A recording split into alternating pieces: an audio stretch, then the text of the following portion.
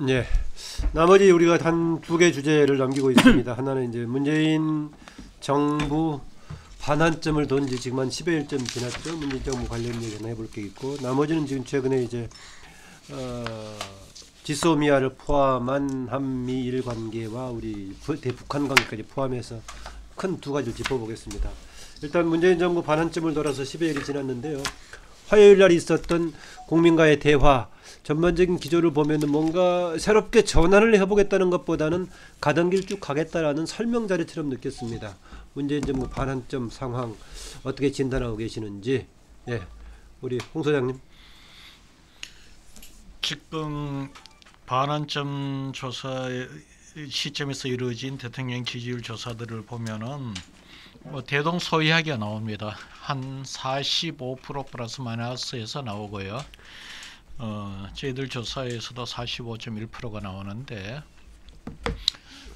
대체적으로 뭐 긍정 평가가 좀 더 나오기도 하지만은 부정 평가가 약간 더 높은 추세도 보이고 있습니다. 그래서 조국 사태 이후 이전의 조국 사태 이전의 지지율로 회복까지는 보기는 어렵지만, 그나마 40%까지 위협을 받던 지지율이 한 5포인트 정도는 그래도 반등을 해서 45포인트 정도를 유지를 하고는 있다. 일단 이제 역대 대통령으로 봐서는 45% 반환점에서 지지율이면 선방을 한 거다, 이렇게 볼 수가 있을 겁니다. 그런데 제가 지지율의 특성상 놓고 본다면은 계속 지금 황교안 자유한국당 이야기가 나왔지만, 사실 이 문재인 대통령이 뭐를 잘했느냐라고 했을 때, 또는 뭐를 잘못했느냐라고 놓고 볼 때, 경제나 외교 이런 부분에도 잘한 부분도 있지만은 잘못했는 부분에 대해서 굉장히 혹평이 큽니다. 그럼에도 불구하고 이런 지지율이 유지가 되는 것은 자유한국당 야당의 덕을 많이 보고 있습니다. 그래서 이 45%에 대해서 내용적 측면도 봐야 되고, 두 번째는 향후 이 이후에 경제 문제, 이 경제 문제가, 그리고 이 남북한 문제, 이런 것들이 어떤 형태로든 상당한 어떤 큰 영향을 미칠진데, 이 지지율이 어떻게 변동할 수 있을지에 대해서는 그렇게 장담하기가 어려운 지금 상황이다. 문재인 대통령과 정부 스스로의 상황 인식은 어떻다고 보십니까? 지금 아까 말씀하셨듯이 지금 이런 45% 정도의 지지율이 오히려 어떤 영향을 미쳤을까? 지금 이 정도 45% 정도가 나오니까 현재 전반기 유지했던 국정 운영 기조를 바꾸기보다는 유지를 해야 되겠다라는 식으로 해석을 하지 않았을까라는 생각이 들어요. 대체적으로 지지율이 이것보다 더 곤두박질을 치게 되면은 어떤 형태로든 국정 운영 기조가 좀 바뀌게 되는데, 제가 볼 때는 지금 45% 정도의 지지율이 나오면은 뭐 제가 가서 참석은 안 해봤지만은 청와대의 어떤 그쪽의 전략 정치 분석팀에서는 현재의 기조로 국정 운영 기조는 그대로 간다라는 식으로 결론을 내리는 쪽으로 이 수치가 작용했을 겁니다. 그리고 실제 국민과의 대화에서도 아까 이야기했듯이 현재 국정 운영 기조에 대한 국민들에게 설명을 하는 지금 이 양식으로 보여졌는 것은 이런 지지도에 대한 어떤 나름대로의 믿음을 갖고서 그렇게 나오지 않았는가. 현재 45%로 가지만 초기 높았던 지지율로부터 하락폭으로 보면 역대 대통령보다 하락폭이 더 크단 말입니다.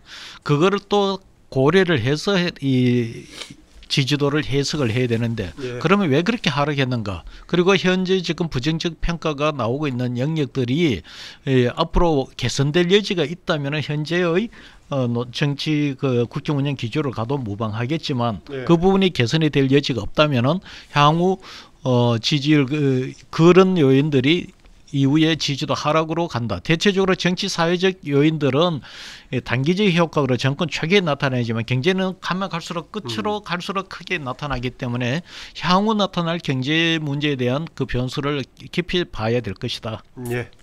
다른 분은요? 네, 황장 소장. 네. 근데 지금 제가 볼 때 안 바꿀 거예요. 저는 안 바뀔 거라고 봅니다. 그냥 이대로 갈 것 같고요. 또 이대로 가도 지지율을 모든 것은 지지율의 관점에서 보고 판단하는 부분이라고 봐요. 조국 때 지지율이 흔들리니까 조국을 빼지 않습니까? 그러니까 뭐 지지율이 크게 폭락하는 사태가 벌어지지 않는 한은 안 바꿀 거고. 근데 이제 문제는 지금 보면 이 우려스러운 부분이 지소미아나 방위비 둘 중에서 뭐 나중에 나온지 모르겠는데 예. 한 개는 들어줘야 되는데 두 개를 다 깨고 가거든요. 자, 그거는 이제 미군을 나가라는 거고, 제가 볼 때 내년 봄에 진짜 나갈 거라고 저는 확신하고 있어요. 다는 아니지만. 그렇지만은 전투부대부터 빠지기 시작하면 내년 봄쯤 되면 경기가 최악일 건데, 미군이 빠질 때 그 부분이 상징하는 그 경제적인 데미지나 타격이 한국에 엄청날 겁니다. 그리고 미국만 빼는 게 아니라 아마 미국이 자동차나 이런 부분에서 한국에 고율 관세로 보복을 할 거예요. 트럼프는 그러고도 남을 사람이고, 또 미군이 빠지는 부분을 가지고 북한하고의 관계에서 또 모종의 또 여러 가지 수들도 쓰고 하면서 굉장히 혼란스러운 상황이 될 거라고 보는데요. 그럼에도 불구하고 여러 가지 정치적 스캔들이나 야당의 무슨 공격 이런 것보다도 이 정권이 궁극적으로는 제가 볼 때는 경제가 수습이 안 되는 상황으로 빠뜨릴 거다. 그걸 할 수 있는 역량이 있는 쪽이 어디에도 없다. 근데 과거에 예를 들어서 뭐 일시적인 IMF-식 어떤 쇼크 이런 것들은 과거에도 있었지만은 이제는 그런 부분이 아니라 전반적인 경기 침체에 의한, 그 중에서 이제 약한 고리의 붕괴 이런 것들이 지금 이제 뭐 4금융, 3금융, 2금융으로 지금 오고 있어요. 요즘 대부업체 거의 다 망해가고 있다고 그러지 않습니까? 이제 저축은행이 곧 망할 거예요. 근데 이런 것이 오고 있는데도 불구하고 지금 한쪽에서 벌어지고 있는 저 부동산 폭등, 자, 굉장히 비정상적인, 어떻게 보면 붕괴를 앞두고 마지막으로 이제 돈 줄 길이 도박을 하고 있는 양상이 벌어지고 있는 현상입니다. 부산에도 지금 뭐 해운대에 싹 쓸었다잖아요. 그래서 이게 다 뭐냐, 정치가 자신들을 그 돈 있는 사람들의 투기판을 어쩌지 못할 거라는 나름대로의 확신, 그런 부분에 능력상 못 따라가는 거죠. 잡을 수 있는 방법에. 그래서 제가 봤을 때 이 문정권은 나중에 경제가 무너지면서 어느 누구도 책임지지 않고 어느 누구도 능력이 없는 상황에서 이 붕괴될 가능성이 저는 크다고 봅니다. 붕괴라는 것은 어떤 양상을 띠는 건가요? 제가 볼 때 거의 저 노무현 말기보다도 더 손을 쓸 수 없는 정도로 무력화돼 갈 거라고 봐요. 대중들이 완전히 정권에 동을 돌리는 부분은 내 이웃이 실업을 하면 불황이고 내가 실업을 하면 공황이라는 거 아닙니까? 그러니까 지금 그 현상들이 눈앞에 차곡차곡 오고 있어요. 올해도 정부가 손을 안 썼으면 경제 성장률이 얼마라고 0%나 마이너스라고 봅니다. 올해. 지금 올해 아마 공식적으로 끊기는 게 1.7 정도 끊길 거예요. 12월 달에. 더 내려갈 지시하고 거다. 있는데 더 내려가죠. 지금 뭐 1로 끊긴다는 건 다 인정해. 그렇죠. 1.89도 얘기하고 있으니까. 자, 그래서 내년은 그러면 어떨 거냐. 엄청 더 심해지죠. 그렇기 때문에. 정부가 선화서든가 재정 투자를 안 안 했다면 마이너스로 갔죠. 그렇기 때문에 지금 이 현상은 이게 이제 추락할수록 가속도가 빨라지고 있다는 것은 여러 군데서 나타나고 있어요. 기업들부터 시작해서. 그러니까 이게 지금 속도로 가는 게 아니라 이제 어느 시점 되면 손을 못 쓸 속도로 추락을 하게 되죠. 네, 김능우 대표는 그 이낙연 총리가 그 당에 언제 복귀할 것이냐, 이 총선 역할로 뭐 또 대선 주자로서 이런 이야기를 할 때 국회가 결정할 것이다 이런 이야기를 했대요. 나 처음에 그 말이 뭔가 싶어서 이게 자기 그만두는데 국회가 그냥 이게 다음 총리가 국회 동의를 받아야만 자기가 국무총리직을 이렇게 나갈 수가 있다 이런 거지. 그러니까 아, 그게 쉽지 않겠구나 이런 생각이 들더라고요. 이게. 그 지금 이 패스트트랙, 그래서 저는 패트법이 그 통과되는 하나의 그 12월 지금 예산이 2일이잖아요. 그러니까 뭐 3일날 9일에 같이 이렇게 이 선거제는 12월 27일이고 그 공수처 이거는 12월 3일이니까 그때 뭐 한다는 이야기도 있고 그런데 하여간 그 시점이 상당히 그 중요한 그 시점이 될 것이라고 봐요. 그럼 지금. 청문 과정 거치려면 바로 임명을 해야 될 것 같은데 지금. 네? 그때 일정을 맞추려면은 그러니까 청문회하고 그거 하려면 지금 곧바로 임명해야 할 것 같아요. 해야 그 말이든 초든 뭐 그게 될 건데 그래서 이제 늦어도 그때는 해야 되는 거죠. 이게 늦어도. 예. 그래서 이 상당히 전에부터 실현 가능성을 물어봤는데 좀 역대 정권이 진보든 보수든 어떤 3년차 지나고 나면은 힘도 빠지고 지지율도 떨어지고 그래도 국정은 마지막 또 책임을 다해야 되니까 뭐든지 변화를 깨어왔다. 그게 그랬을 때 문재인 정부가 문재인 대통령이 지금까지의 국정 운영 원칙이라든지 그 기본적인 방향은 옳았다. 그래서 계속 가겠다. 이 원칙과 방향이 옳든 말든 어쨌든 간에 그 경제는 나날이 어렵고 국민들은 불안하고 한다면은 저는 대통령이 쇼라도 뭔가 이 변화와 이 쇄신의 모습을 보여줘야 된다. 그래서 총리도 정말 그 통합형의 총리를 갖다가 해야 되고 특히 경제부처 장관들 이런 부분들에서도 좀 이 자기들이 새로운 경제 패러다임이는 그게 맞는 사람들로 해서 그러고 나서 또 그 이 성과에 대해서는 이 심판받고 평가받고 하면 되지 않느냐. 그래서 저는 그 시한이 일단 많이 주어지 있지 않다. 본인한테.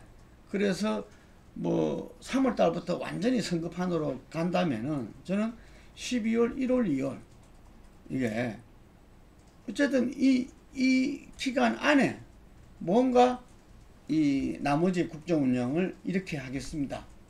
기대해 주세요. 하는 것을 뭔가 내놓아야 된다 이지. 이게.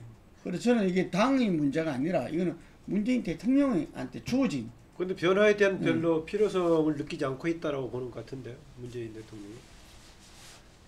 아까 좀 뭐 우리 그 홍소장. 그래서 나는 뭐 특정인을 내가 이야기할 수는 없지만 청와대 보고서 쓰는 친구들 조사, 민심, 여러 가지를 체크해가지고 그 친구들 상당히 문제가 있다고. 박근혜 때도 그 엉터리 그 보고서가 막 이렇게 올라가는 바람에 뭐 그랬다는 이야기도 제가 들었었는데 지금 또 여전히 그 변화에 대해서 실제 상황이 그런데 그걸 갖다가 지금 최대화하지 못하고 있다면은 이게 뭐가 문제도 한참 문제지 않냐. 그런데 본인이 다 핸드폰만 있으면 다 보는데 설사 보고서가 뭐 어째 됐다 하더라도 하여간에 그 문제는 그 본인이 이렇게 맞부딪혀야 될 부분입니다. 문재인 대통령. 어제 그 국민과의 대화 보니까 대통령 입장에서는 나름대로 그때 상당한 자신감을 갖고 있는 것 같아요. 뭐 부동산 같은 경우도 잡을 수 있다고 이야기하는 거 보면 앞서 뭐 말씀하신 것처럼 그러니까 지금 임기 반환점을 도는 데 있어 자신에 대한 평가가 그렇게 박하지 않다. 뭐 나름대로 좀 그러니까 조국 사태라는 우여곡절도 겪긴 겪었지만 그러면서 그때 지지율이 하락했지만 다시 또 반등하고 있다.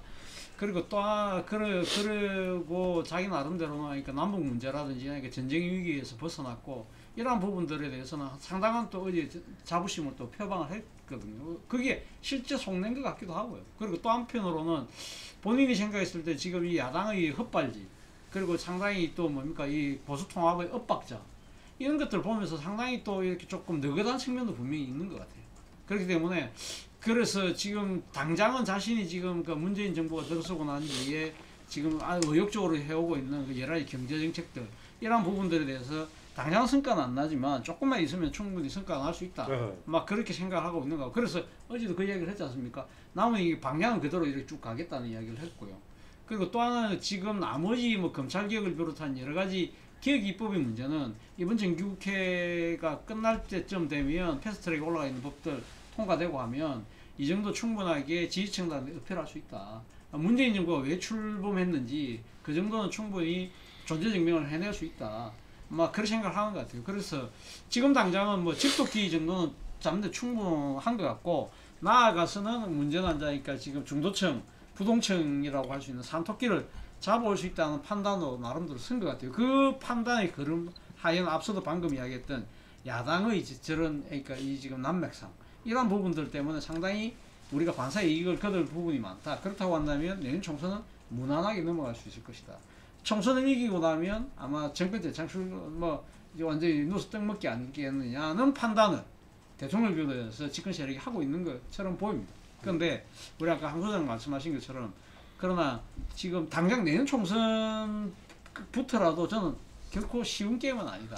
총선 자체도요? 네, 총선 자체도 쉽지 않다고 생각하는 부분이 지금 당장 앞서 뭐 이야기했다시피 그 경제 성장률 자체가 그렇게 나름대로 마지노선이라는 2%를 아마 무너지게 되면 국민들이 심적 충격이 상당할 겁니다. 그럼 누군도 그 이야기를 하더라고요. 어떤 일이 있어라도 어떤 식으로도 재정을 투입하고 어떤 식으로 뭐 그러니까 마사지를 해서라도 2.5만 맞춘다. 안 되면 내 손에 장을 지진다고 경제신문에 있는 모 친구가 그 이야기를 하더라고요. 근데 그거까지도 안 될 것 같아요. 지금 아까 말씀하신 1.7, 1.8 정도라고 한다면 상당히 그러니까 실물 경기에 대해서 국민들 불안이 커질 것 같고 또 하나는 지금 남북 문제입니다. 남북 문제 지금 대통령 뭐 3차 북미 회담 반드시 그러니까 되면 반드시 좋은 성과 있을 거라는데 저는 북미 회담 자체가 지금 물 건너가는 분위기 아닐까? 지금 북한이 상당히 벼랑끝 일종의 벼랑끝 전술을 쓰고 있는데 여기에 미국이 말리들 가능성이 저는 별로 없다고 하고 트럼프 자신 스스로가 지금 발등에 불이 떨어져 있지 않습니까? 국내 정치의 여러 가지 현안들 때문에 신경 쓸 수 없는 상황이.